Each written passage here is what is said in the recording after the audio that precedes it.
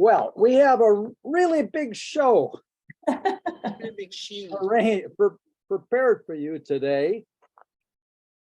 I am recording this so that folks unable to attend will be able to access the wisdom of our three speaker panelists. We have allotted 20 minutes for each of them to make a presentation and answer questions. And we can then open up the meeting to further questions and comments by those present. Our panel of three experienced Urantia book scholars have many times shared their knowledge of the Urantia book in various ways with individuals and groups of people coming from diverse religious traditions or no religious background at all. For decades, Thomas Ohala, a UB reader since 1970, has worked numerous Whole Earth expos and other book fairs where random passers-by would stop to find out what this Urantia book was all about. For 20 years, Tom served on the outreach committee of the Urantia Book Fellowship, dispensing books all over the US and Canada. Our president, Diane Bishop, suggested that I might play the role of a curious person knowing nothing about the Urantia book, stopping by Tom's booth, book fair booths. So this should be fun. We also have attorney Jeanette Reed, who has organized her outreach of the Urantia book under the name The Christ Experiment, with several websites and an app. See today's UBLA flyer for details. She trains ambassadors to non-Christian groups and also to Christians and those who revere the Bible.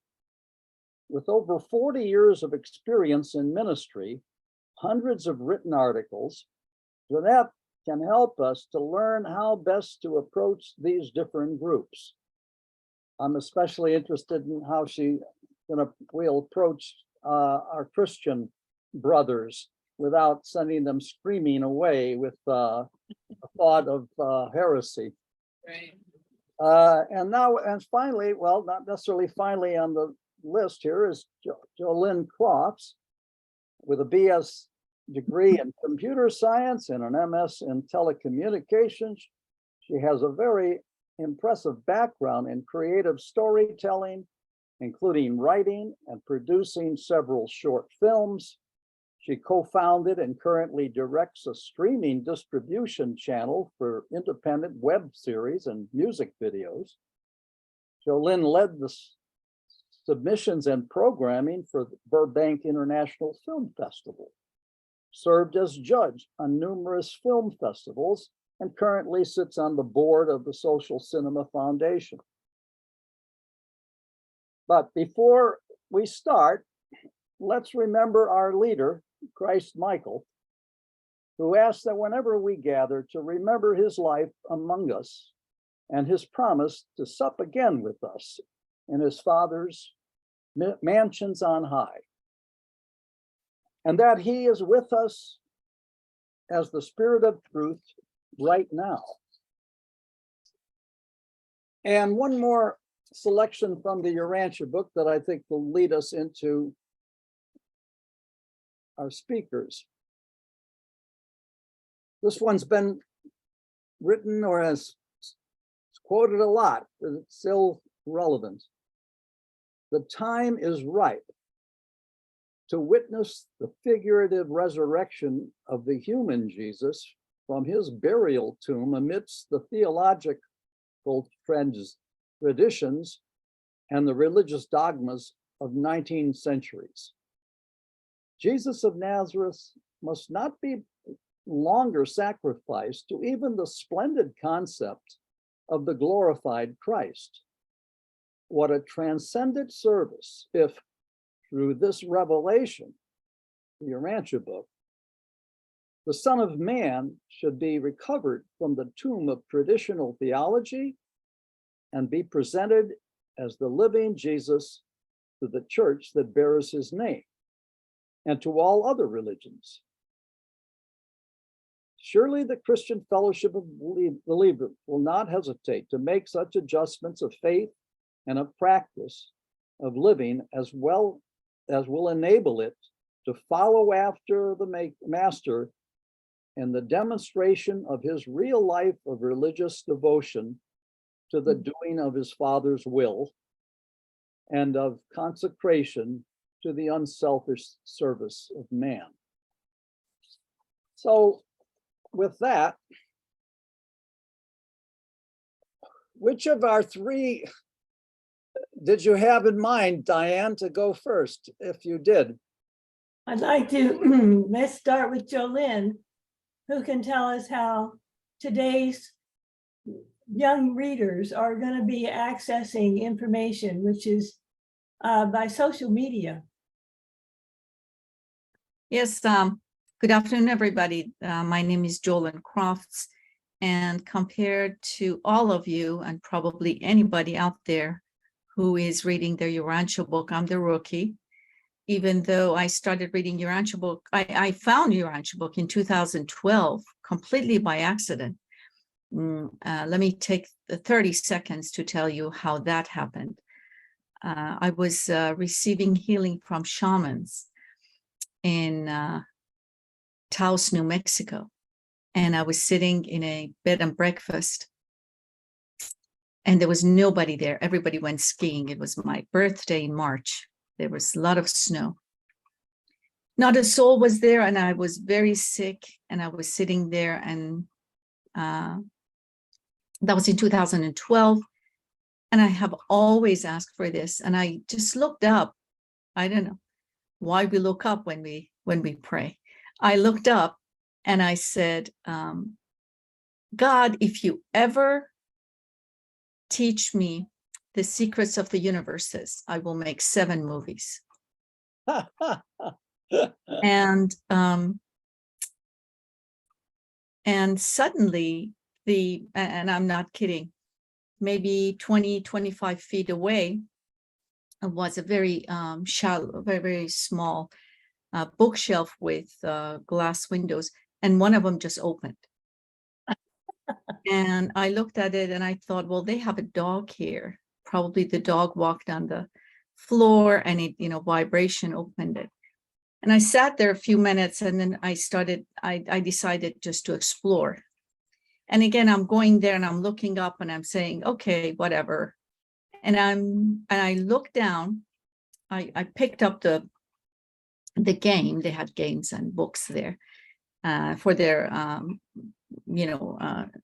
for the people who stayed there to amuse themselves. And I picked up the game, and right underneath that, it says, there's this huge book. It says Urantia, The Secrets of the Universes. Jesus Christ. I looked up and I said, this cannot really be right. So I picked up the book and I made the mistake of reading the foreword and about a few pages. And I said, I cannot understand a word of this. If you want to send me something, at least send me something I can understand, for crying out loud. So I went on the website immediately, and I purchased the book. And the next few days I would be returning back to LA.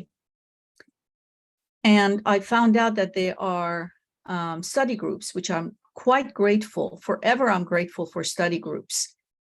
And I found one. I lived in Venice Beach those days, so I found one in Marina del Rey. And, I read it for a while, but I go in and out, and other things happened in my life, sadly, and I dropped it.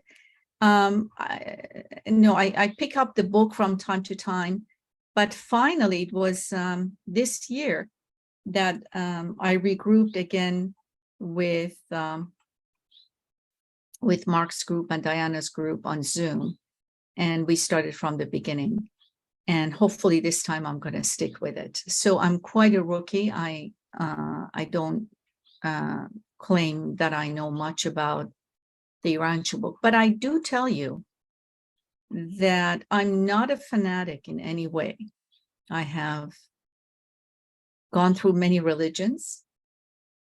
I was born as a Muslim, changed my religion to Judaism, and then I went into Buddhist, then I went into Christianity, and now I read Urantia book. Oh, when it comes to heresy, nobody can compete with me in any of these religions. But I really am searching. And I tell you why I stick with Urantia book. And I try to talk about it to people. I go to church, actually. I'm Anglo-Catholic. They haven't thrown me out of the church yet. But, I talk about it with them. And as you said, people are not really welcoming to the ideas. But I try to tell them, do you really know who Jesus Christ is? And not that I know, more, but I really am getting the essence of who Jesus Christ is. And it sort of makes me happy. I know maybe one thing more than other people out there. And how can I tell them without scaring them away from this? Anyway, so we get back into this. So, my background actually is in computer science and telecommunications, but I came to Los Angeles because I really, really wanted to get into filmmaking. And ever since, of course, there will be many, many years from now before I can make my 7 movies based on Urantia book. But I tell you what fascinates me, absolutely fascinates me. Unlike many people, and please, I apologize if I'm not a fanatic person. I'm still a very scientific person. I love the science. I have never found information about our planet, our solar systems, and universe. Who knew there were 7 universes? And everything else that this book provides. And I want everybody to know that out there. Of course, the question is, how do we spread the word? That's why, thank you for having me today. I really appreciate this few minutes that you have given me. I don't know if it's going to be helpful to your community or not, but Diane, she's my mentor and I really love her. She helps me a lot with my health issues and other issues, but she's very good in picking people's brains. And she wouldn't let go until she gets, the right, and she puts ideas in my head. I really enjoy talking to her. So we were talking, and as a result of that, she suggested that I just give a few minutes of my ideas on how we can spread the words of the book here. And again, I'm going to obviously just talk about social media. In my opinion, one of the best ways, I don't really find the way to sit down and read Urantia book. Even when I don't have time, when I do have time, I just sit down and I watch movies because I'm a movie, but that's what I do. I just watch movies and I run film festivals. And so my life revolves around movies and screenplays, just 100 pages, not 2,000 pages. And 2,000 pages, which hardly I can understand. So really what I think our job is to translate the book in a lay terms to people that are out there. And as you know, the younger generation, their attention span is just getting shorter and shorter. Their attention span is shorter than an ant out there. So how do we give them something? Our job is no longer preaching. We have to become very vigilant and kind of smart and find slick ways just to grab their attention. Listen, my attention has nothing to do with the religious aspect of the book. It's about the science of the book, right? There are many people out there who have the exact same interest, but you have to lure them in somehow in order for them to start understanding that this is far bigger than one or two things. And, you know, you can never help every single person to stay interested.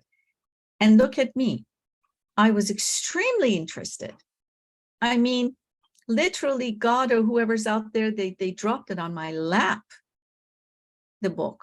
And I was in and out for since 2012, until I decided I'm going to sit down and read the book from beginning to the end. And so we cannot really, sorry about that. I mean, I live in Long Beach. We have an airport right here. So we just do what we can. And the first step is for them to come in. Why would they come in? That's the question we have to ask ourselves. And this is why I recommend anybody, every single person, every one of us, we know something about the Urantia book that interests us.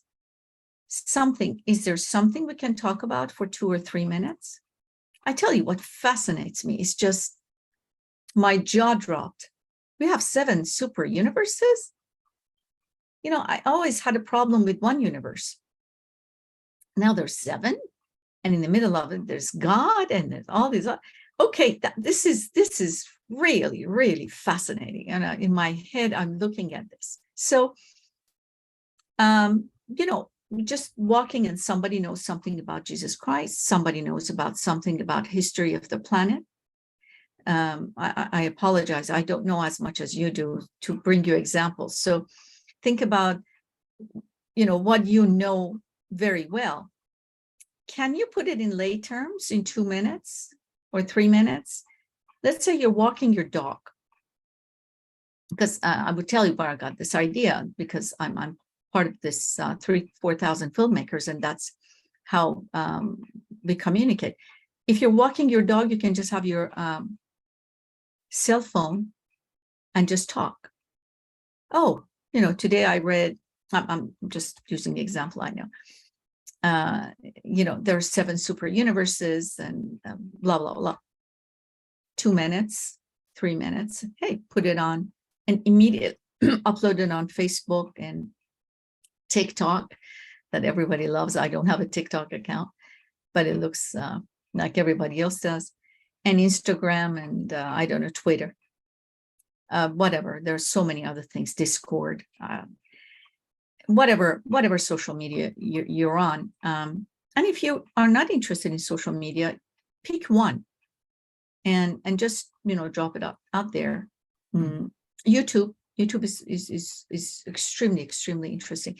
But another interesting thing that we have to become very slick, and really what we become are marketers.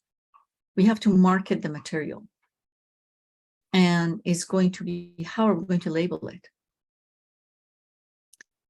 It must have the word Urantia in it, but not too preachy or religious. You have to really think, who's your demographic? Who are you interested? Are you interested to get Christians in? Are you interested to get atheists in? Are you interested to get people who are in Comic Cons, you know, go to, you know, right now, you know, Comic Cons and on all those interested, right? They're a very good demographic for us, believe it or not. I don't care if they're atheists or not, but they are probably the best demographic for us. Anyways, but regardless, whoever's your demographic, make the title of the video something that would interest the demographic that you're on, you're targeting, and just make 1, 2, 10, 20 videos a week, whatever you can. Just put it on social media. Now, this is what happens. Every one of these videos will have the word Urantia in them. And if most people are out there, like I was, they will say, what's Urantia? And let's say, I'm just using simple math example. We have 16 people here, right? 1, 2, 3, 4. Is my math correct? We have 16 people here. Let's say each one of us make 1 videos a week. Okay, let's make it, I don't know, 20 videos a week. Make 2 videos, 2 minutes each, 2 minutes each. And that's all we need. We were walking or we're sitting on our bed or we're doing whatever. We say something, hey, I just read this. Huh, who knew? You know, did you know what midwayers are? Or, you know, did you know about Lucifer? Have you heard of Lucifer? Let me tell you something about Lucifer. Make it conversational, interesting in lay terms, and just put it out there. If we make 20 a week, 20 a week, just 20, multiply that, that's 80 a month. And it would expand out there. Just think about this. When somebody gets to see one video, so what is this Urantia thing? And they would Google it. Do you know how many things will come on the screen? And say, oh my God, what is this thing? You know, they may start watching other videos. They may go to the websites and get interested. They may not. I tell you what I do listen to. I live in Long Beach. I go to, tell me how much time I have left, by the way, Phil. I go to Long Beach. I go to Los Angeles a lot for everything, including my son is there. Everything I do is in Los Angeles. I call it, I'm going to town. So it takes me about hour and a half each way. You know what I listen to? I listen to Blog Talk Radio, Symmetry of Soul, which is Chris Halverson on Urantia. That's what I listen to in my travels. Every time, between 2 to 3 hours, I listen to their episodes. Anyways, so somebody might do that. But then again, you know, we cannot expect the first time anybody hears the 2-minute videos, they jump on it and get interested and, you know, no. But when they see 30 of these, 50 of them, 100 of them, and they say, wow, this one's about Jesus, this one's about midwayers, this one's about universe, this one's about, this is diverse. We might grab a few people based on the things that we have. Why? Because it's not just one thing.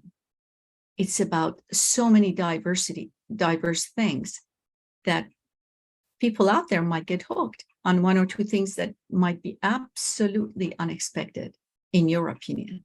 Not everybody's interested in Jesus. Sorry to tell you that. They might be interested in this and in other aspects of it, but can we get them in? Can we get them interested? This is really my spiel here today. Just get on here. Just get on it and make it 2-minute on your cell phone. You really don't have to do much. And right there, upload it to one of the social medias. The only thing is, it would really work very well as a very effective marketing tool if a lot of people would do that.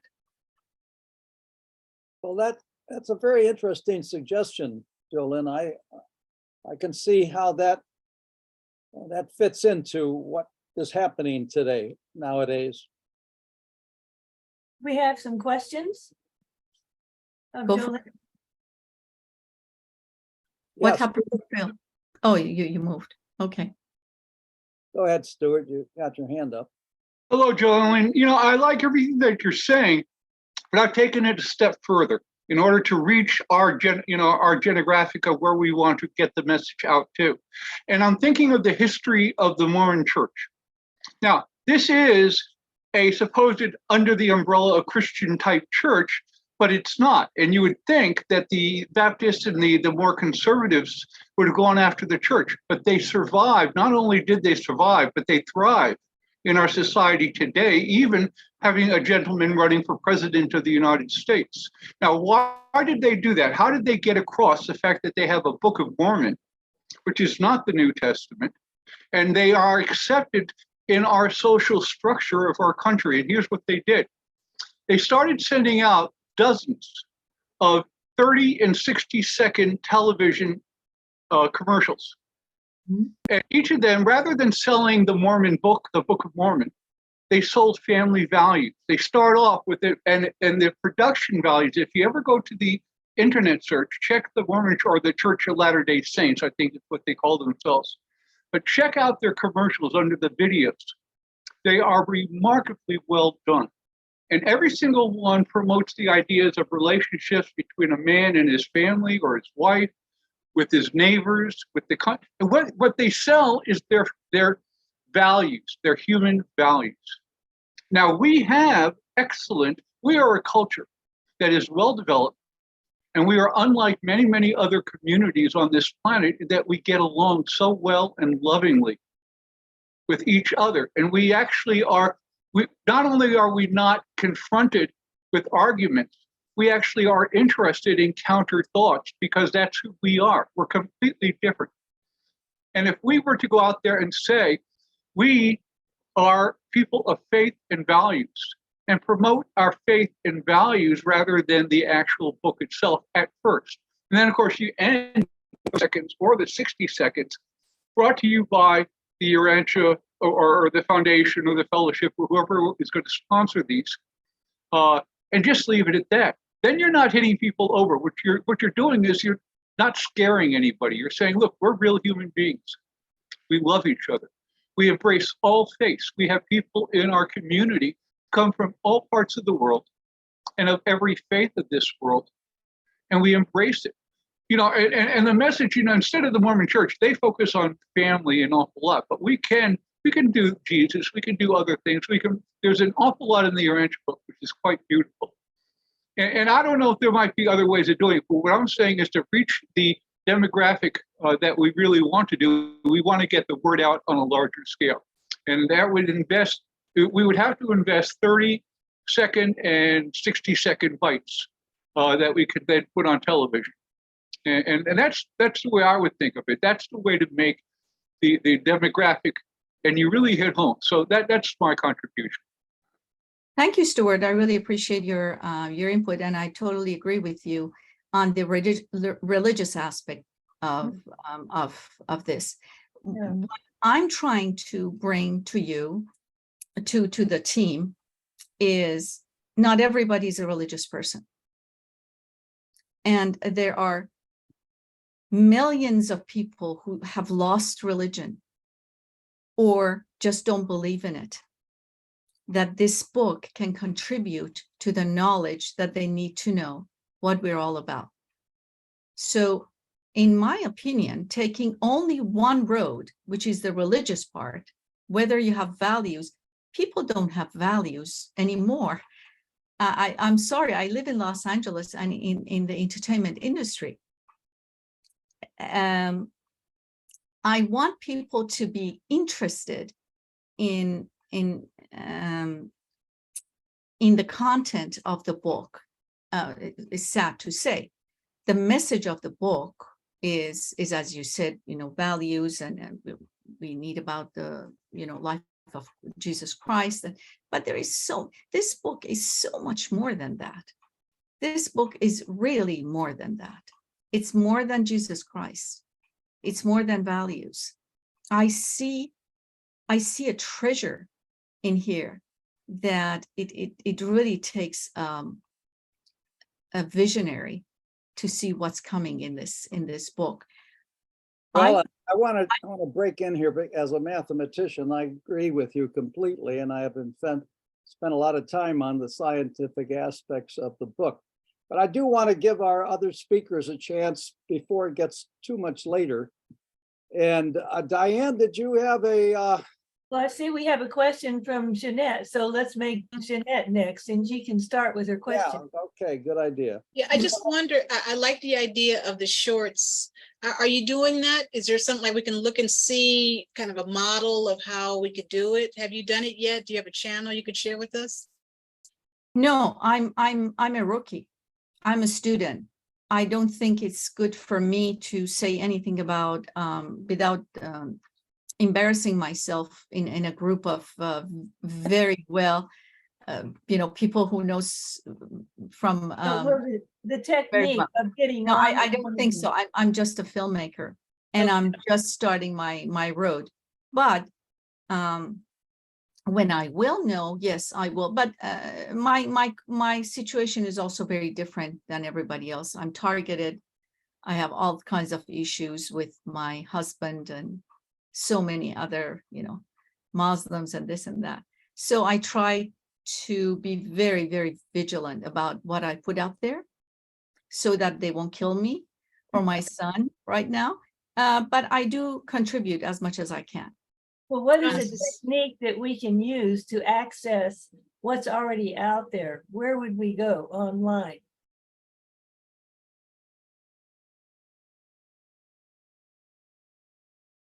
What I can do is I can research and find something out there that might be similar and send it out to you. Actually, Stuart just gave a very good example about the Church of the Latter Saints, about what they have about their values. But I don't know if anybody out there is talking about, 2-3 minutes about some topic in Urantia book. If not, I'll try to find something that's going to be close to this, which probably won't be Urantia related, and send it to you. They're out there all the time. And that If we Googled Urantia, might we not access some of these short clips? yes, that's the idea. You do. I don't know. I mean, I'm going to do that and see if I find any short clips. Oh, So I thank you. asked That's fine. because, That's the idea. The idea is we want to flood. We want to literally flood the internet with these short videos. Okay. so Did I that asked help? because I think it's a great idea, but I was wondering, is it better to do it on like Instagram, or is it better to do it on, YouTube? If you have any experience on what might be the better channel to you or Listen, to use. it doesn't matter. I want all of them. I want to see it in every single social media channel that's out there. You want it on Facebook, on YouTube, on Twitter, on Instagram, on whatever the new one is that Meta just put out. What is this called? I can't remember. Everything and everywhere. That's the idea. You don't know where people hang out. You have to be wherever they hang out. Well, Jeanette, go ahead with your presentation. We'd love to hear. Well, we've got Mark here with his hand up. I wonder. Sorry.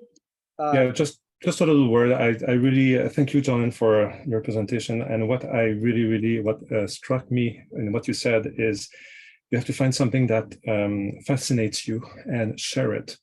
And this is exactly what happened with me when somebody introduced to me the book of Urantia. It was my brother-in-law, and he was talking about a structure, the first part of structure, the number of archangels and blah, blah, blah. And I would find him really crazy.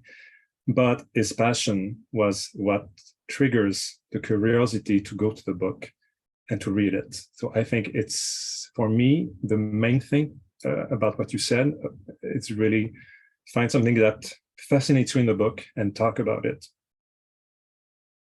Thanks. Yes. Right, good. Who's Jeanette? Okay, all right. So my name is Jeanette Reed. I am an attorney, but my most important work, I believe, is my ministry. I understand the idea that the Urantia book is so exciting and so many different topics that it covers. And my interest is in the religious and worship aspect of it, because I believe that it's the religious aspects of the book that separates it from a social club or humanitarianism, that I think the object is faith in this Father, getting to know this Father, getting to know that we are children of this Father, and looking forward to that incredible career that's ahead of us. So I look at it more with a purpose. It's almost like the difference between, how can I say, disciples and apostles.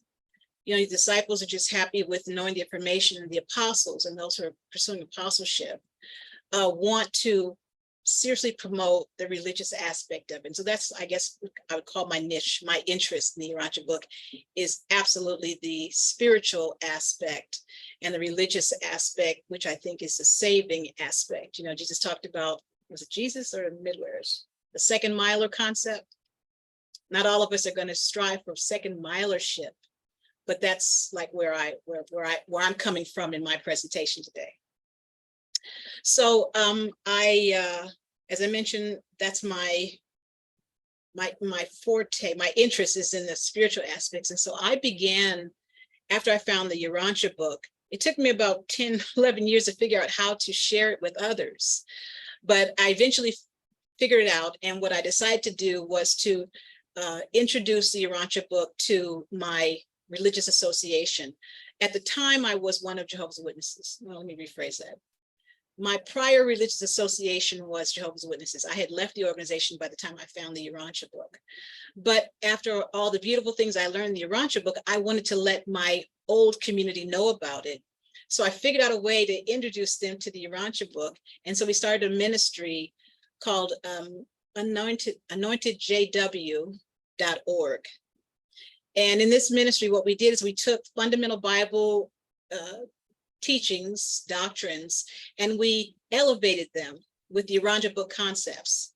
And we put them out there. I think I wrote maybe 300 articles and written presentations melding the Bible with the Urantia book. And because I know Jehovah's Witnesses very well, I used their translation of the Bible. Well, after some, can I share my screen? I could just pop through. Oh, yeah, go ahead. You can share it. I just want to pop through so you see what that I'm really doing something, I guess. This is our first website. Actually, we change our websites often. We change the design often to keep it fresh, And this is our Anointed JW website, where we, the articles are directed mostly to topics that Jehovah's Witnesses have. And on our article index, let's see, what here? Index. Okay, so this is the articles that are on this site. And you will notice in certain cases we have, we're still rebuilding it. We have questions and responses where you'd have questions on that topic. So it's a lot of information here for Jehovah's Witnesses. And that's how we started. We noticed that our readership was not just Jehovah's Witnesses. There were a lot of other communities that were interested in what we were writing. So we started a second ministry called the Faith Sons of God. What we do on this ministry is we take this pretty much many of the same articles from the Anointed JW website, and we use the new international translation of the Bible. And we add some other topics that are not interested, Jehovah's Witnesses aren't really interested in, but it's here. And again, everything here is a melding of the Bible and the Urantia book. We have really great response from Jehovah's Witnesses and from the non-witness community. And so we decided, after about 3 or 4 years, that maybe we need to introduce them to the Urantia book, just kind of get them over there to the Urantia book. So we started the Christ Experiment. And the Christ Experiment comprises about 6 experiments right now. And the last experiment, number 6, is what leads you to the Urantia book. And we were a little nervous when we did this. We took our Bible readers and we said, what's this new revelation about?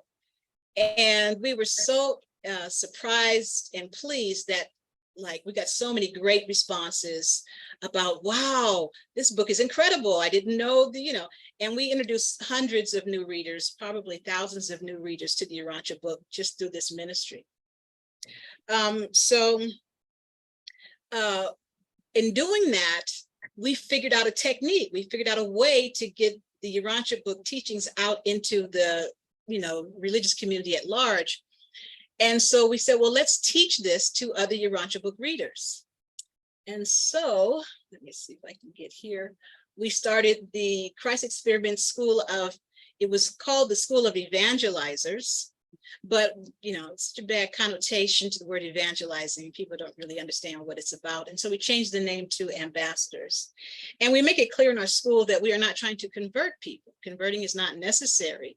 What we're trying to do is uplift their spiritual reality in any way. And even if it's just one step, we've been successful. We're not trying to draw them into the community. We actually want them in their own communities, taking these elevated ideas and spreading them out where they are. And so that's what we teach in the school for people who want to take that apostleship journey, or who want to take ministry as an important vocation, or who want to be second miler. We show the techniques that we learned from our years of ministry. And just so you know, and why can't I move this out the way? Let's see, I'll just go here. We have the same school in French, and it's being conducted by Gaetan Charlan and Lynn Saint Marie. So we have it right now in two languages. Let's see, we also have a ministry right here called a ministry, the Uniting Urantia app. I don't know if you've seen it or you're part of it, but we designed the app. And what it does is helps Urantia book readers find other readers near them. So you go in there, you put in your area and you search a certain parameter and you'll find other readers. And it's been a place to meet other readers. Some people put their study groups in there. And so it's a way, it's just like a cool little app to meet other Urantia book readers. And let's see, we started our ministry in 2011.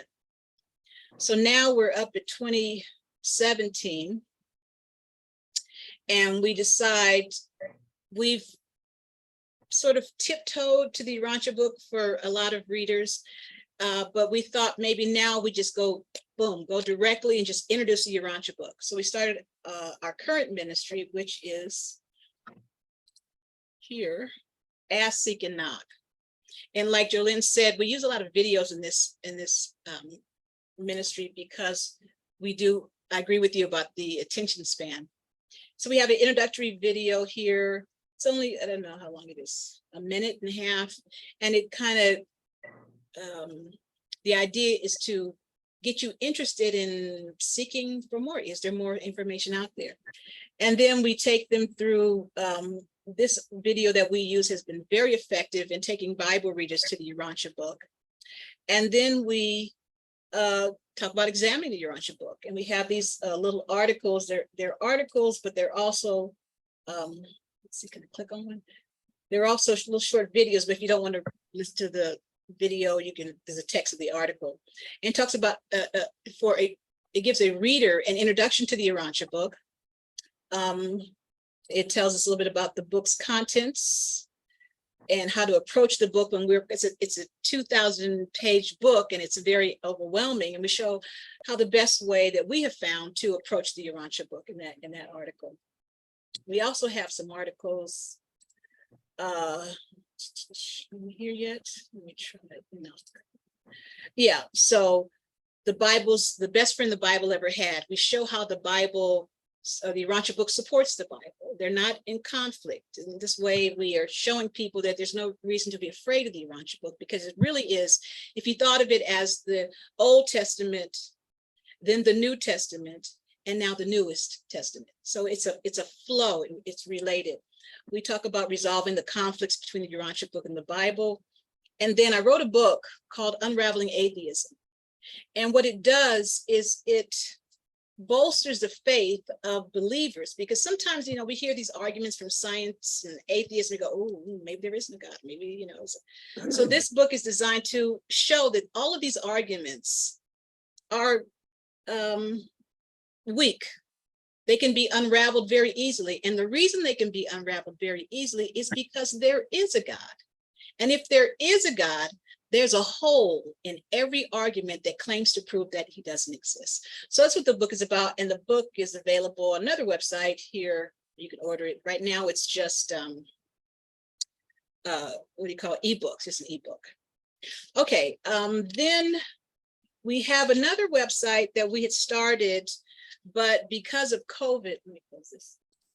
Because of COVID, what we had planned to do with that website, we weren't able to do. It's called the Christ Adventure, which is more than just learning about Jesus, it's actually taking that adventure with him. And the technique that we had designed to do that had to be changed when we had to lock down and we had to stay 6 feet apart. And since then, things have changed quite a bit. And so we're still kind of working that particular ministry. But those are the ministries that we conduct. And so I just, kind of have had experience in doing this. So I'm get back to the school in a minute. So the purpose of this presentation, when I read the flyer, it said to hear the unique ways of sharing Urantia teachings. Well, I'm sad to tell you that I don't have a unique way, because for us, the most effective way is the way Jesus did it. So we're not coming up with new techniques. We're examining what Jesus did and using his techniques as a master teacher in sharing his message. And that would cover not just the religious aspects, but even the scientific aspects. You can use Jesus' techniques to share those things as well. So there are basically three basic techniques that we teach in the school that I'll talk to you a little bit about here, and how we share the Urantia book teachings. And that the three techniques are bridging, volumizing, and uplifting the spiritual conversation. So I'll tell you what they are. Bridging. The best way to teach something new or to introduce something new is to build on something familiar. So you start where your audience is. If you know what they believe, what they're thinking, and you know what the Urantia book thinks, and now you've got to find a way to walk them over the bridge to the Urantia book. It's a bridging technique. And we do that, we show you how to do that in the school. And this is something that Jesus did. If you look at how he brought his message to, he didn't come in and say, hey, you guys, I got this new idea for you. He started with the Jewish community and their belief system. And he just enhanced their own belief system and gradually introduced his new wine, right? And we call that bridging. And that's the way we believe that the most effective technique of introducing Jesus' teachings is through bridging, really knowing your audience and then knowing your Urantia book or the Urantia book concept that you're interested in, and just show them how it really isn't that far off from what you're thinking. Don't you agree with this? Isn't this where you do? Boom, boom, boom. And you get them over to the Urantia book. Like I said, there's detail. I only have 20 minutes here, so I'm going to tell you that the details on how to do that is in our school. The other technique that we use is called volumizing. And this is one of the teachings. It's a fundamental of Jesus' teachings, of his techniques. And what it involves is you have a small body of information and you just add to it and you increase the volume of that information. The best way that I could explain it is, I don't know if you're familiar with these packaged diet programs like Nutrisystem or, Weight Watchers, whatever. They give you these very small little meals, right? And they said you can volumize it, add some tomatoes, add some carrots, do a little chiffonade of kale and put in there. And you're adding nutrition and you're adding volume without adding calories, right? And so in the same way, we take the Bible's teachings. There's only 4 books that really talk about Jesus' teachings. It's Matthew, Mark, Luke, and John, the Gospels. And so it's a small serving. And we add in the advanced Urantia book concepts and we expand on the teachings that they already hold as true. And we're just volumizing that.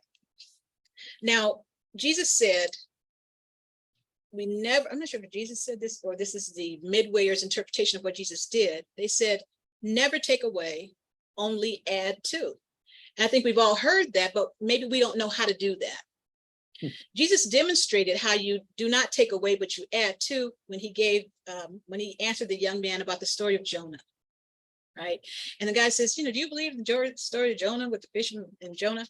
And Jesus, knowing it was not a true story, in my opinion, the Jonah story is just a parable, but for some reason, we don't think that the Hebrew writers did parables ever, but at any rate, he didn't want to tell him that no, dear, no, that's not, think about it, how is that going to happen? 3 days, where's the oxygen coming from? He didn't give him that kind of an explanation because he knew that this young man's faith depended upon this story. His faith was built right into that story. And if he took the story away, it collapses the guy's faith. So what he did instead is he volumized the story. He enhanced the meaning of the story. He says, yeah, we're all Jonahs. And we all face these well-like problems. And he went ahead and he explained the story of Jonah and the whale in such an elevated way that now when the young man thinks of Jonah and the whale, he's thinking of the higher concept, because higher concepts always squeeze out the primitive ideas. And so in the same way that Jesus volumized a teaching, we volumize a basic beliefs that people have. And again, this can be done in a Christian setting, in a Jewish setting, in a Hebrew setting, and even a non-religious setting, where we're taking whatever their belief is and we're adding volume to it. It's different from bridging. Bridging, you got a goal, but in volumizing, you're just expanding their concept or their belief systems. I'll give an example of how we do it. I think we use this in school. Let's take the Remembrance Supper, or in Christianity it's called the Last Supper, the bread and the wine, you're taking that whenever they say you should do it. And they will tell you that the bread represents the broken body of Christ, because you break the bread, and that the wine represents the poured out blood of Jesus for forgiveness of sins. This particular concept is tied to the atonement and the ransom doctrines. You are not going to be able to snatch that out of the hearts of a believer without destroying their faith. It's just too far wrapped up in their belief systems. So the volumizing technique, we call it the technique of and, where we're not taking away, we're adding to. So we're saying, they'll say the bread is the broken body of Christ. He said, and it's also represents the life that he lived. And that when we're taking in that bread, we are joining into the life of Jesus. And the wine is the poured out blood, but it's also represents that new dispensation of him pouring out the spirit of truth. And so we do things, we add more meaning to these two symbols, and we are now expanding and volumizing that concept. And I tell you, when you put the truth in there, that truth ferments and it grows and it crowds out the error. And in time, they won't even be thinking about the error. And you have elevated your brother without taking away an important part of his faith. And so we teach how to do that in the school. We demonstrate it. But this is one of the most important concepts, is that we don't take away anybody's belief. We can think of the ransom and atonement doctrine, where we can say, come on, let's be reasonable here. And you can walk through with them, like, how, come on, God does it, requires this of you. And who's the ransomer? Who's paying the ransom? Blah, blah, blah. You can reason why that doctrine is not consistent with a loving God. But then what have you done to that person's faith? There is another way. We teach a way that we deal with the ransom sacrifice that has freed so many people from that concept of being so imperfect that we can't approach God unless someone dies. God's own son dies for us. We show how to deal with that issue without taking away the faith of the person and without compromising what we know to be true. That's what something we teach in school. Let's see. And again, you can volumize anything. You can take a scientist who has a limited knowledge of the universe and thinks there's only one universe, right? And you can introduce this idea of maybe there's more. You can maybe play on the multiverse concept, right? And get into the 7 super universes. And you go, well, you know what? This fascinates me personally, is that when the Urantia book said that paradise is the only stationary body in the universe, and it's also disc shaped, so that you have directional, north and south, east. And I thought that was brilliant. It made so much sense. But so I can add that to a scientist's thinking, and I volumized it. And if we are adding that stuff to that scientist's body of knowledge, he's going to eventually ask you where you got it from. And there you go, is your introduction to the Urantia book. We don't necessarily encourage here's a book, take a look at this book and read this book. We encourage sparking interest in the book. And even if you never get the book, if I can tell you these concepts and make you a better person, a son of God, a brother to your brothers, then I've accomplished my goals, because a lot of work is going to be done in the mansion worlds. We just got to get people to want to get there and to try to get there. And they're not going to get there, frankly, on knowledge. They're going to get there on faith. They're going to get there on some kind of a belief that we are created by someone who's got something better in store for us. And that's how we survive. Jesus said, just a mustard seed, can I just mustard seed of faith? And if I can get a mustard seed of faith, you can get there. I can work with you when you get there. We got the mansion worlds laid out. We'll fix all your errors, your doctrinal errors. Just have that faith in me. I want you here. You're not going to get here based on knowledge. You're going to get here based on faith. So that's the second technique that we use. The third technique that we use is called, how am I doing on time? Oh, just keep going. Okay. Uplifting the spiritual conversation, which in essence is basically just changing language. The midwares wrote about not summoning, people to battle with the trumpet blasts of old. And he talked about reinterpreting the gospel message for the new generation. So that's what uplifting the spiritual conversation is for us, is what we teach in the school.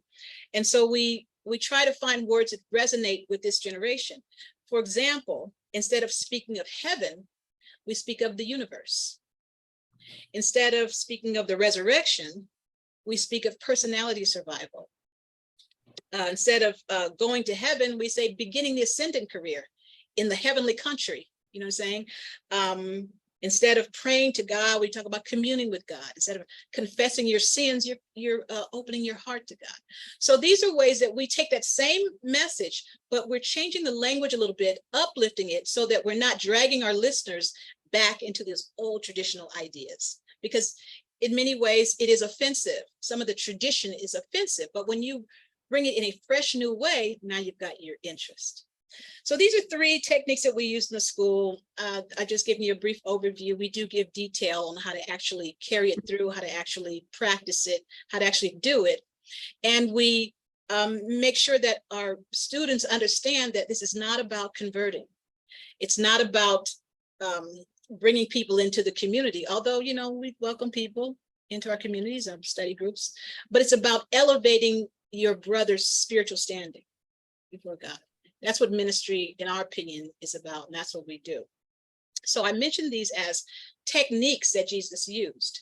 Now, there are many methods and avenues of ministry, like you can write, you can give talks, you can post on social media, you can go to book fairs, you can go to conferences. There's many avenues, but the techniques that Jesus used are the ones that's going to win the day, because it's your presentation. Not necessarily where you present it, but how you present it. And these are ministry techniques. These are skills that have to be taught. We're not born with ministry skills. We have to learn them. And so our school, the Christ Experiment School of Ambassadors, is a school that teaches the skill of ministry, so that whatever your preferred avenue of service is, you'll know the technique to reach your audience. And that's it. That's all I got to say. That's Well- marvelous, Jeanette. I must say, I wish I had taken your school a long time ago. Still because up there, I've Phil. made, It's I've still made all there. the mistakes that you mentioned. Well, it's still, and you go at your own pace. We had the first two classes, we kept a class, we pasted together. We had so much fun the first class, second class, but then we realized people just can't commit to, every, once a week you had to do this, and then, so we just opened it up. There's no enrollment period, just whenever you want to, you enroll. You move as quickly or slowly as you want to. So sometimes you're not, the first few classes, we had a lot of camaraderie because people were doing it together. Now people just do it when they want to do it. So it doesn't have that kind of camaraderie, but the information is the same. And I just encourage you to go to the website. Let me just share this with you one more time. If you're interested in ministry, if you're just interested in just talking about the book, that's one thing, that's fine. But if you're interested in ministry, yeah, let me share with you just this screen one more time. This is the homepage. You have the courses that are listed here. Ministry techniques. Go in here, you'll see the courses that you'll learn here. What is the website? It's school.thechristexperiment.org. You can put it in chat. I will. And then it talks a little bit about the school here, then the courses, and then what graduates have said about the school, and some other frequently asked questions. You might find it very interesting. We hope you do, and hope you enroll. So I'm going to put into the chat a link to our ministries. You can pick which one you want to check out. But we're doing a lot. We had to take a little bit of a hiatus with COVID because we needed to generate some funds to get stuff done. It's not, it's very expensive to maintain websites. But we're still very active in doing what we do. We encourage, if you have questions, encourage you to write. Every one of the websites has a contact us link. You can contact us. For people who are seriously interested in ministry. Like I said, not everybody is, but if you are, I hope you check it out. Oh, Phil, you have some hands up. Who is Oh. first, second, third? Yeah, Peter is first. First. I could have sworn I saw hands up before me, but I'll go first because I'll be brief. And Jeanette, wonderful ministry. God bless you. I think it's beautiful what you do. But I have to ask, all this talk about correcting people with their original religious experiences. I mean, one of the things I find beautiful in the Urantia book is that it says religion is an evolution, paper 99, 100, 101. It just tells you how to use a religious experience to learn. It's like a primer of how to learn to be a religious person in a Urantia book. Yes. And I mean, do you feel compelled to correct people, or No. is it really just part of their evolution and that's what they believe and it's real to them? Did anybody hear me say that we don't do that? Maybe I didn't explain it well. We don't try to correct people. That's the wrong way to go about it. We talked about volumizing, adding to their own belief system, and they can pick, they don't have to accept it, but we certainly don't go to you, you're wrong, or that's not the truth. We don't do that. That's not what it's about. It's about uplifting people. And so when you uplift people, you just add something more to their own base of knowledge. And like I said before, the spirit of truth will clear it up. And the mansion worlds were cleared up. It's not our business to change somebody's religion, but it is our business. I think if you take on that role of an evangelizer or a ambassador or apostleship or the second miler path, it is your job to provide new information, just information, and people will do with it what they will. So I agree with you, Peter, that we don't run around correcting people. That is never effective, not for any long period of time. And it certainly isn't what the master wants from us, our creator, master son wants from us, and certainly isn't what the father wants from us. He wants voluntary service for people who have processed data. It is the skill of thinking and experiencing and learning that's of value to the heavens. It's not automatons who do what they're told. Obedience isn't the holy grail, right? Acting on your mind with these brilliant minds that we've been given, this brilliant brain that processes our data for us and makes those synaptic connections, that's what is going to get us to be of value to the Father and to be of value to the Master Son.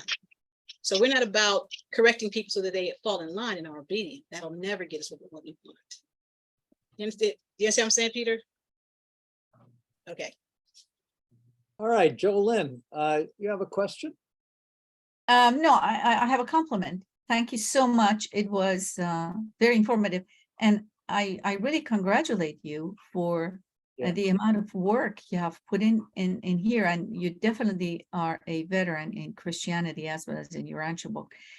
What I really want to congratulate you in is you have found the way to, and you know exactly who your target market is, which is mostly Christians. And it works excellent for that. So thank you for doing that. I'm just wondering, how do you think you could reach out to non-Christians?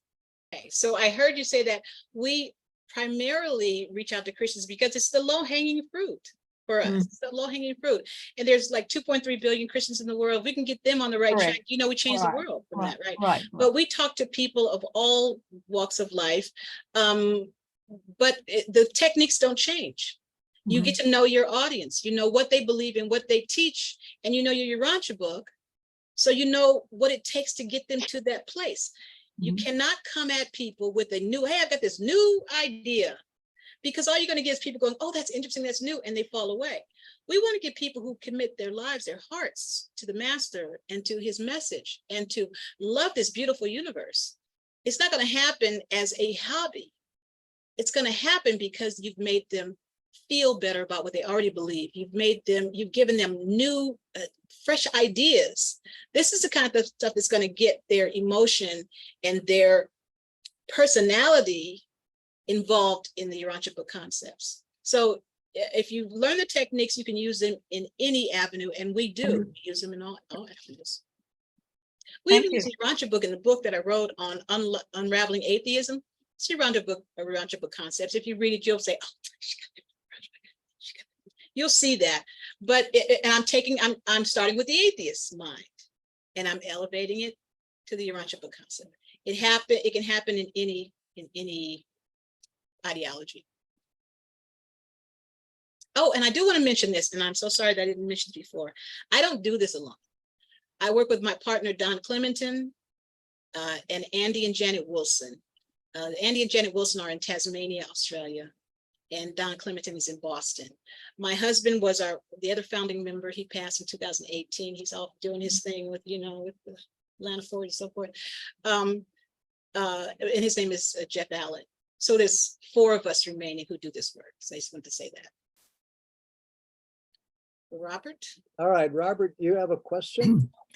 Well, first, just want to thank you, Jeanette, for all the work you're doing and a really beautiful and inspiring presentation here today. Amazing work. And I guess that, they say the teachings of Jesus need to be restated in every generation. And, to me, the work that you're doing is making those teachings alive in you and in the teachings themselves. He really does come alive. So thank you so much for that. And I've had some experiences similar in church, trying to bridge, volumize, and uplift. Last week there was a sermon on the seeds, sowing the seeds. And so I just shared with our ministers, actually via letter, well, here's they know I'm a Urantia book reader, but here's how that worked out. And here were the comments of the apostles and the discussion they had. And once you've heard those things, you really can't unhear them. Yeah. And I think we have to trust that the teachings themselves, are so beautiful and good that they can uplift. And I really like when you re-emphasize, that we're not hitting people over the head with this blue book. We're trying to make ourselves spiritually fragrant. Exactly. And in the way we present it, it's like we're attractive, and they want to have more conversations. And more, we have Jehovah's Witnesses who come to the door. And, I'll take that time to sit down and compliment them on what they're doing. I mean, they're walking door to door, sharing faith. I'm not doing that. I am so impressed with those people. And I could take that time with my brother or sister there, and we can say a prayer together for their ministry and trust that the Father and Mother Spirit will take that where it needs to go. We go down to the pier on Rosh Hashanah with our Jewish friends. And I'm not preaching the Urantia book, but I'm sharing God. And it's that kind of spirit I'm seeing in your ministry, as a sharing of faith and having that brotherhood, sisterhood with these folks. And So you're anyway, so right. When you introduce these ideas to people, they don't forget it. And it really ferments, it really does grow within them. And as I mentioned, it crowds out the error, and that's the spirit of truth at work. Also in our school, I want to mention, we have one of the later lessons is the Emmanuels.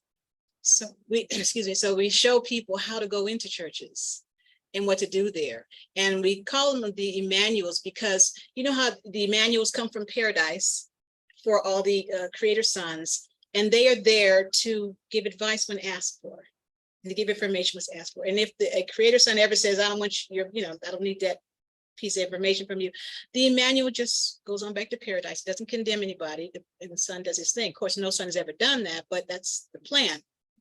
And so when we go into churches, we go in as Emmanuels. The Emmanuels in the universe are representing the presence of the universal Father.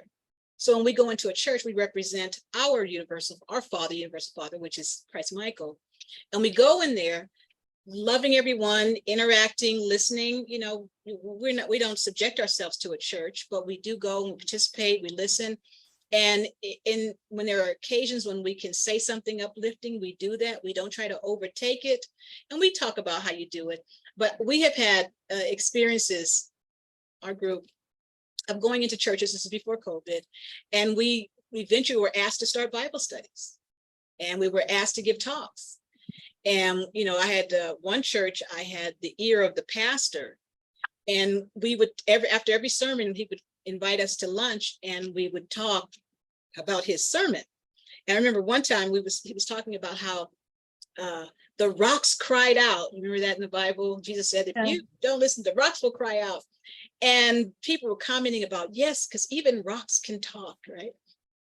And so I said, I'll give you another way to look at that. I says, what if he meant that the people will stone you? The rocks will cry out and people will stone you. Whoa, whoa, whoa. And that spread throughout the congregation, and now everybody knows what that means. But there's a technique of going into churches and uplifting them as an Emmanuel, not as a church member, and not as a antagonist who wants to go in there and fix those Christians and show them that they're not doing the right thing. And we teach that in the school as well. We call them the Emmanuels. Okay, well, I want to, Diane, do you have something you need to ask, or are we going to move on to Thomas? So this is I wanted to add something also. Go ahead. This is just a quick compliment. Those of you who haven't enrolled in the school, if you do, you will get these periodic updates called What's New. And as you can see, there is so much happening with the school and the ambassadors. I mean, they're always hopping and popping and doing something else. So it would do you well to check in on her notices of what's new, because there is a lot obviously being developed and new responses to today's needs. So if you did nothing but keep up with what she's doing, you would be very wiser than not knowing how to respond to today. I have one, if I can just have like 2 more minutes. 2 minutes. Go ahead. Is that possible? Okay, I wanted to show you this. I don't know how I forgot this, but this is important. On our Ask site, we have a link here that says videos. What we have done is turned all of the papers in part 4 of the Urantia book to videos. So you can watch the videos, or read the Urantia book. And every paper is broken down to little 15-minute, no more than 15-minute sections. But we, our friends in Australia, just took the entire part 4 of the Urantia book and turned it into these beautiful videos. And they include artwork from Christian artwork. She likes, she doesn't like photographs. She likes artwork from artists who are drawing these pictures. And there's so much beautiful art out there on Jesus' life and ministry. And she brings them all together in these videos. So there's about, I want to say 250 videos, short videos of part 4 of the Urantia book. And how do you access those videos? I just go to the website, ask, the address is in the chat. Yeah, askseekandknock.org, and then you click on videos. And we have a reading project, and you can see the reading project where we encourage one particular video per week. So sorry, I should have done this earlier. So we have a reading program, and in the reading program, we have the weekly video and show you what the video is for the week.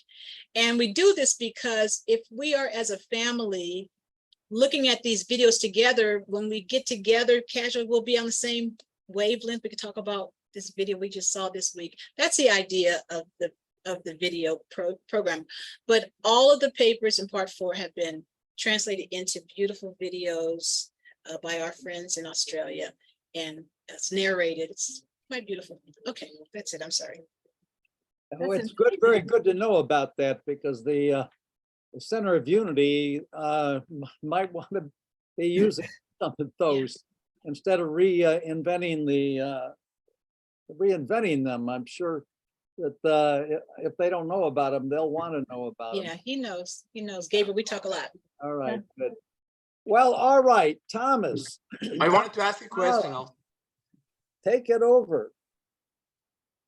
All right, I'm unmuted, okay. Well, that was quite fascinating. Jeanette, that was really great. I've been following it a bit and I've always I signed up a little bit and I kind of faded away, but I'll go back and check it out some more, so thank you. So my journey, it's been quite different. I found the book when I was 20 roughly, and I just want to tell you quickly my experience of finding the book. I was in San Francisco, and I was one of the hippies and taking drugs and Sufi dancing, and I was checking everything out. Every guru was out in San Francisco, and nothing really quite did it for me. But this guy Arthur would have this blue book, and he'd read something out of it once in a while. And I think I rolled my eyes more than anybody did when he'd read something. But something caught my attention one day, and I asked him if I could look at it. And he said, "Oh yeah." And I opened it up and I start flipping through it a little bit. I start reading, and the very first thought that comes to my mind is, no human wrote this. This wording, this phraseology. Humans don't write this way. What's the deal? And I read a little more, and I'm looking at it. And this had never happened with any other book, and I wasn't stoned, but the pages just turned into this liquid light and just started bathing my soul. I couldn't see any words, all was this yellow light. And I think that was one of my first Midway experiences, but I don't know what else made that happen. But Thomas, can you speak louder? oh yeah, I'll try. Is my volume up high enough? I don't know. Yeah. Can most people hear me? Okay. So anyway, so I went down and bought a book, and that started the journey. And people kind of know me as an outreach person. I've done outreach forever, and I've introduced thousands of people to the book. But I think what's unique about me is I'm not a scholar. I'm not college educated. All I have is this sense of I love God, I know God, I discovered God. It took a while. I was raised Christian. And then I found the Urantia book, and I just thought, well, people should know about this. This is like the point that really hit me was when I read the part about the 5 epical revelations, and the 5th one was I thought, holy cow, I'm holding a 5th epical revelation. It was just mind-boggling. And that really kind of put me on the path to tell more people and to be active. And I joined the fellowship and got on the outreach committee, and I've done hundreds of booths, and some of you have stood in booths with me, and you know the routine, and you don't always know if it's going to work. You don't know if people stop by, and at first you're so clumsy, they walk away kind of like, what? And you realize I got to try a different approach, and eventually you get better and better at it. And Jeanette, a lot of things you said, these techniques of filling or expanding or starting where they're at and going from there are really important. And I like to pick up on when people are truth hungry. There's that quote about there must be spirit hunger in man's heart to ensure capacity for comprehending the faith paths to supreme attainment, which is a mouthful. But it starts out with there must be spirit hunger, right? And I'm going to give them the benefit of the doubt, right? sometimes you can't tell. Sometimes it's all over them. Sometimes people, everything comes out of their mouth. Well, I want to grow. I want to be better. And other people kind of hold their cards pretty close. But so when people show some interest, I always look for a way to expand on whatever we're talking about or whatever we're doing. And almost inevitably, people will give away something, right? They'll say something that you can pick up on and start basically a religious conversation about. And I have thousands of examples, but and I think when you meet people at that space, right, and they sense that you have an interest in something they're interested in, that kind of opens them up, right? They get open. They say, "Oh, this guy wants to talk to me, and he's kind of talking about something," and that volumizing thing is kind of what I do. I just kind of start building on whatever they say. And depending on the situation, sometimes it'll just be a brief meeting passing by, and I'll just maybe hand them a card and say, you might be really interested in this book. And I just got an email from a fella about a week ago. And he says, "I hope this is the right email address." This is the message, right? He says, I've been trying to find you for 14 years. I found another email address for you, right? He said, "We were on a plane trip from," we sat next to each other, from Chicago to Salt Lake 14 years ago. And he said, "I forget a lot of people, but I never forgot you." And that conversation we had, right?